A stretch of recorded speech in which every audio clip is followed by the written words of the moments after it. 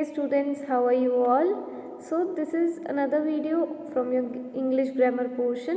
We'll be starting with chapter number 27, that is essay writing.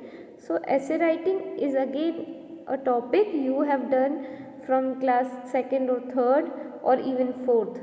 So now before starting, so just understand why it is included this chapter in your course.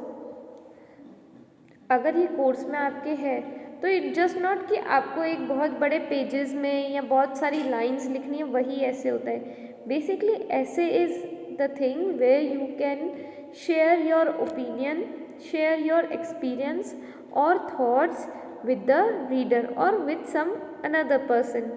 Next, essay writing helps us to make our English better, to enhance our vocabulary, कि आप बहुत सारे words भी जान पाओगे. Now let's read what is essay. अगर question इस पे आता है what is essay तो आप आंसर करोगे essay it's literary composition on any subject. In another word, it is written composition expressing one own personal idea or opinion on some topic. या फिर टॉपिक कह लो या सब्जेक्ट कह लो. सब्जेक्ट यहाँ पे हिंदी, इंग्लिश, मैथ्स नहीं, कोई भी चीज़ आज जिसके ऊपर आप ऐसे लिख रहे हो तो वो आपका एक सब्जेक्ट है. जैसे आज मैं कहूँ कि मैं फ़ैन के ऊपर लिख रही हूँ एक ऐसे, ओके, तो फ़ैन क्या है, मेरा सब्जेक्ट है. और ये क्या है, एक लिटरेरी कॉम्पोजिशन है. लिटरेरी कॉम्पोजिशन क्यों?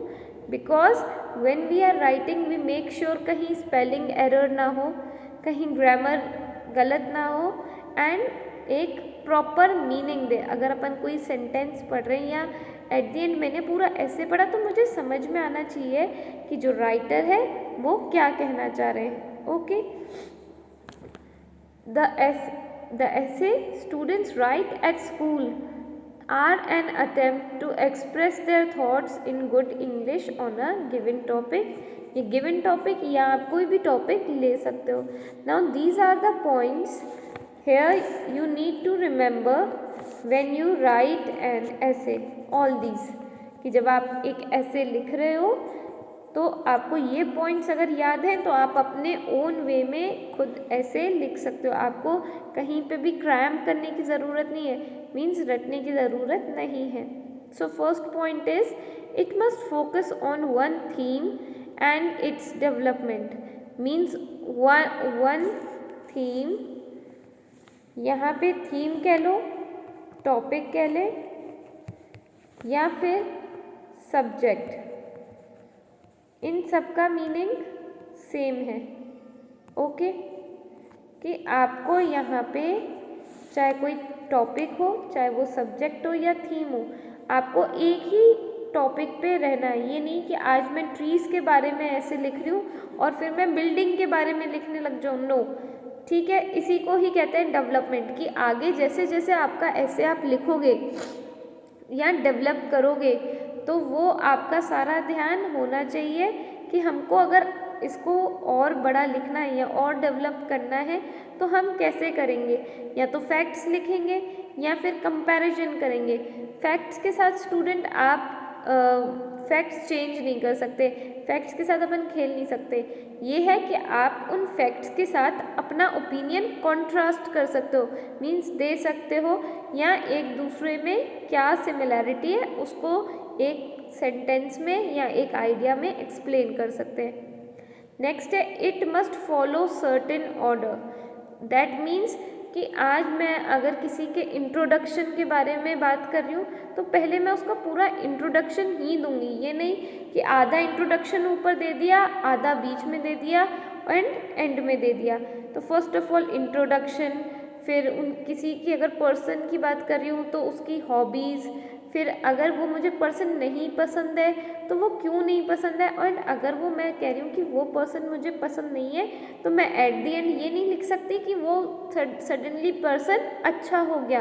तो इस चीज़ पे आपको अपने ऑर्डर को फॉलो करना है. अगर आप कुछ नेगेटिव लिख रहे हो तो नेगेटिव ही लिखोगे, बट नेगेटिव मीन्स यहाँ पे no slang language, no wrong words. Okay, जैसे कि आज मैं कहूँ कि आज मुझे इंग्लिश सब्जेक्ट पसंद है क्योंकि it will help in many वे।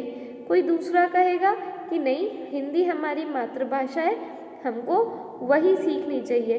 तो अगर मुझे उससे आर्ग्यूमेंट करना है तो मैं यूँ कह सकती हूँ कि no, you are not correct या you are partially correct, means थोड़ा सा तुम सही हो।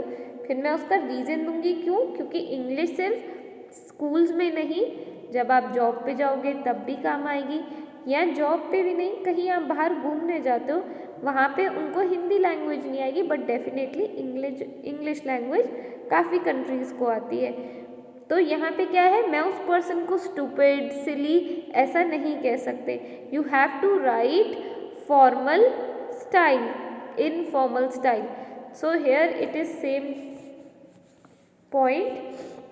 Essay should generally be written in formal style. Formal क्या था अपन ने लेटर्स में भी पढ़ा है, एंड इनफॉर्मल क्या था, तो एसेज अपन फॉर्मल स्टाइल में लिखेंगे। Next is essays between 200 to 300 words. तो यहाँ पे अपन को बहुत सारे पेजेस, एक बुक पूरी नहीं लिखनी। ऐसे मीन्स 200 to 300, मैक्सिमम 500 वर्ड्स, तो वो पढ़ के भी सामने वाले को इजी लगे। नेक्स्ट है एन ऐसे should reveal personal feeling and opinion, means उस ऐसे को पढ़ते ही जो भी कोई रीड कर रहा है उसको पता चल जाएगा कि जिसने भी लिखा वो ये फील कर रहा है, या फिर जिसने भी ये ऐसे लिखा उसकी ओपिनियन ये थी। So now essays are described into 5 types of essay. They are divided into 5 types. That is first descriptive essay. यहाँ पे description से ये word लिया हुआ है कि आप हर कोई भी आपका थीम होगा या टॉपिक होगा या सब्जेक्ट होगा, उसको आप अच्छी तरीके से डिस्क्राइब करोगे, वो हो जाएगा डिस्क्रिप्टिव। सारी इंफॉर्मेशन आप लिखोगे, that is descriptive. Second is narrative ऐसे। नरेटिव कहाँ से वर्ड लिया है? From the narration. नरेशन कहाँ से? फिल्म्स में आप देखते हैं कि नरेशन होता है, या स्टोरी को, अगर आज मैंने एक स्टोरी लिखी है कि बॉय यहाँ से आएगा, एक एनिमल यहाँ से आएगा, उनके बीच में ये बात हो रही है, तो ये मैं क्या कर रही हूँ? नरेशन कर रही हूँ। तो मैं ऐसा नरेशन जो वर्बली मुंह से बताऊँ, उसको अगर मैं लिखना चाहूँ तो वो आ जाएगा नरेटिव ऐसे।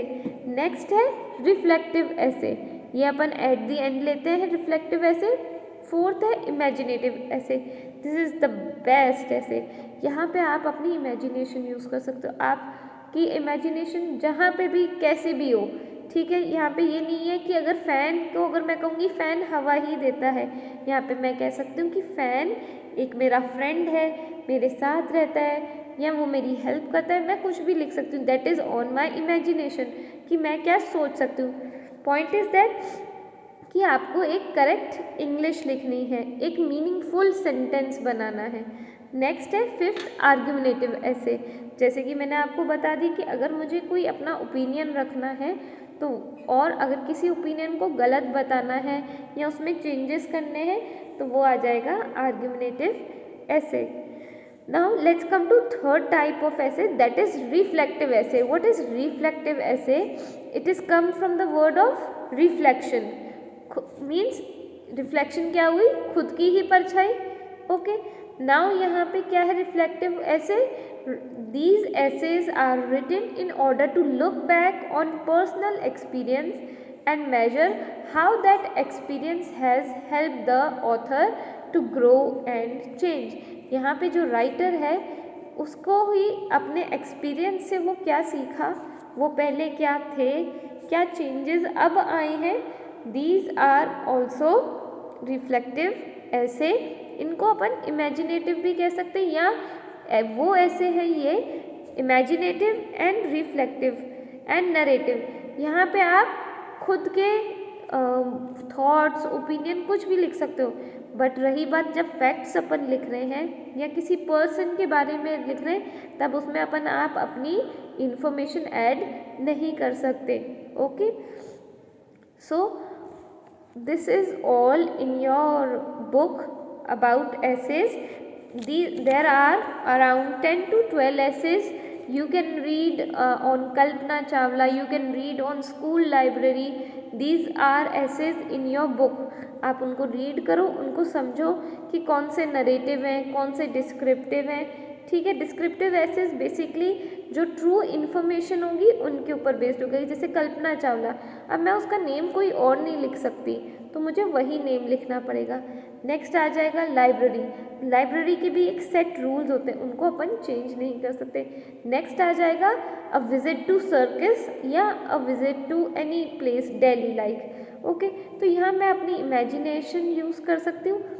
प्लस इसमें रिफ्लेक्टिव ऐसे भी हो सकता है कि जब मैं छोटी थी तो दिल्ली में मैंने ये करा था, मैंने ये चीज़ें देखी थी, अब मैं यहाँ पे वापस आई हूँ तो अब मैं थोड़ी सी ज़्यादा और स्मार्ट हो गई हूँ, मेरे में और कॉन्फिडेंस आ गया है। So like these we make an ऐसे।